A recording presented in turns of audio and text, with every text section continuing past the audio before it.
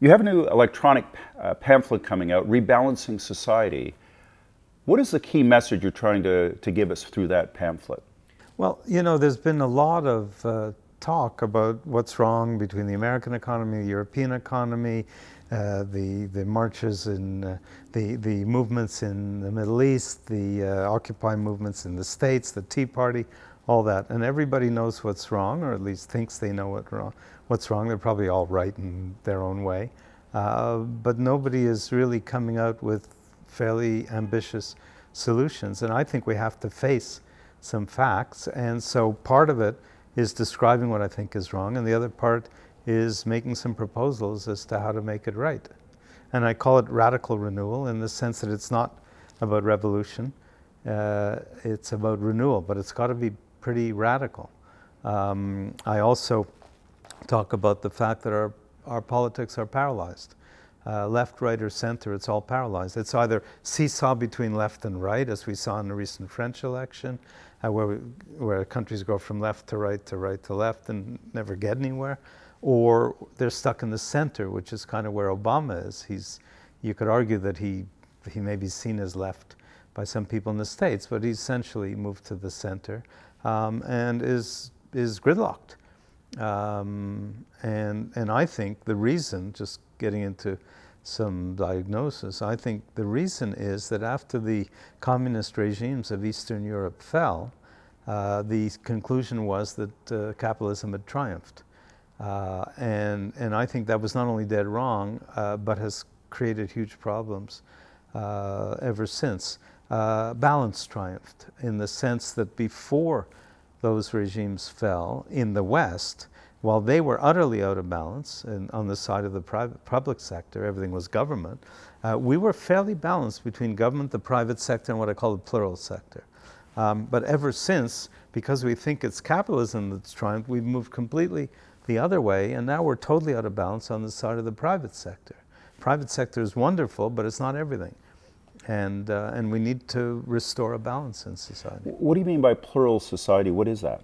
What I mean by the plural sector, first I needed a word. There are lots of words for the third sector, or the not-for-profit sector, the NGO sector, civil society. You know, there are lots of words for that, none of which work very well. I wanted a word that would go with public and private. So I call it the plural sector because the organizations and the institutions in that sector are much more pluralistic in the sense that there's a lot more participation, a lot more engagement.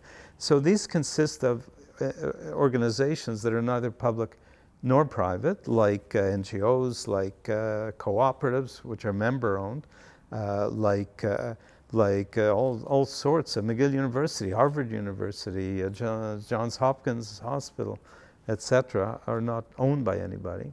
Either they're member-owned, like co-ops or unions or churches, or they're non-owned, like Greenpeace, like McGill, like Harvard, and so on. And it also consists of social movements, as we saw in Tahrir Square in Cairo, and social initiatives like the Grameen Bank and microfinancing, and there are just hundreds and hundreds of interesting social initiatives. So a lot of what goes on in the world is neither public nor private, it's plural, but we don't recognize it. And to me, the key to restoring balance is to recognize that we need responsible businesses, for sure. We need respected governments and not keep putting down governments. And we need a robust plural sector. And balance will come from those three. As long as it's all left and right, government and business, we just keep swinging back and forth. You introduce the plural sector as clearly significant, but marginalized and ignored. You recognize those three sectors, and then you have kind of like a stool, you have three legs for balance. Why do you think the plural sector has been overlooked, ignored by and large? Because it's a threat both to communist governments and to large global corporations. You see this in China to this very day. Communist governments don't like civil society or plural sector or whatever, as you saw in Tiananmen Square and almost anywhere else. They don't like those. They're a threat to their omnipotence. Much the same with global corporations. because the plural sector is rooted in community. If the private sector is about markets and the public sector is about governments, the plural sector is about communities. Communities are a threat to global corporations. They play them off against each other, mining companies going in and negotiating with national governments and less inclined to negotiate with local communities, and so on and so forth. So they're a threat often to those organizations, and they get marginalized.